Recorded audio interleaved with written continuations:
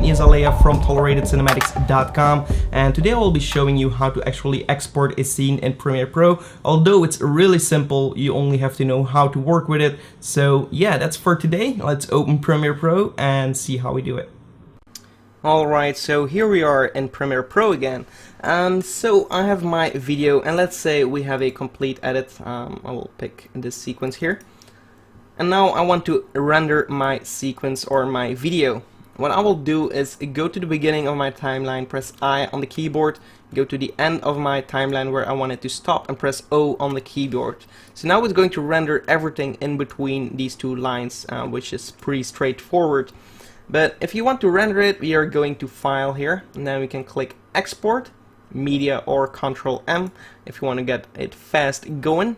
But if we're going to, I'll drag this down a little bit so you can see it a little bit better.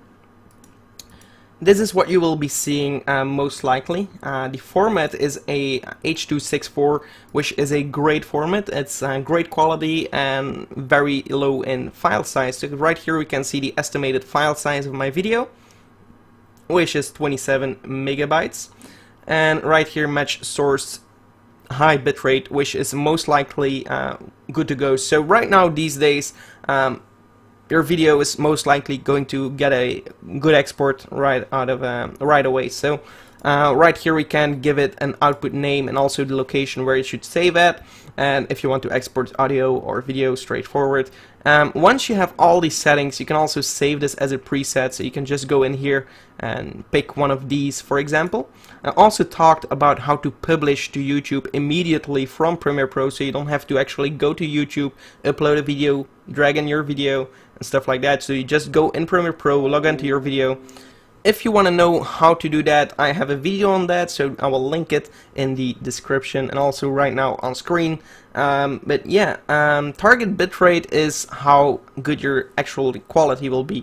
10 to 12 will be good enough for YouTube videos, and definitely good enough. But you can increase this number, and the higher you go, you're going to see that your estimated file size is going to increase, but it's also going to be better quality. But to be honest, at 10 to 12, you're most likely not going to notice any difference. Of course, in these small parts of your video, in darker areas, you're going to see that there is more information if you increase this number. But for YouTube, it doesn't really matter because YouTube compresses it anyway. So this video is not VR. Apart from that, everything is actually a little bit too advanced. You can go in here for the audio. 48 Hertz is perfect. But yeah, apart from that, there's not too much to it, so it's really simple. What you can do is export immediately, and that's going to render your video in Premiere Pro, and it's going to not allow you to work in Premiere Pro while it's rendering. Or you can click on Q, and that's going to open up Media Encoder, and all that's going to do is add it to a queue. So I'm going to delete my previous render, which has nothing to do with this tutorial. But right here again, you see your settings. You can still tweak them if you want to. So right over here, you can still tweak it.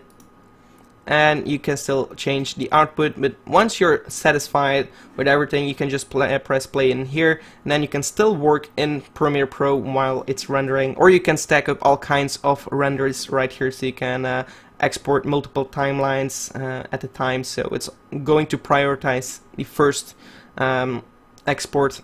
But of course, it's going to be in batches, so it's going to export this one first, then the second one, and the third one.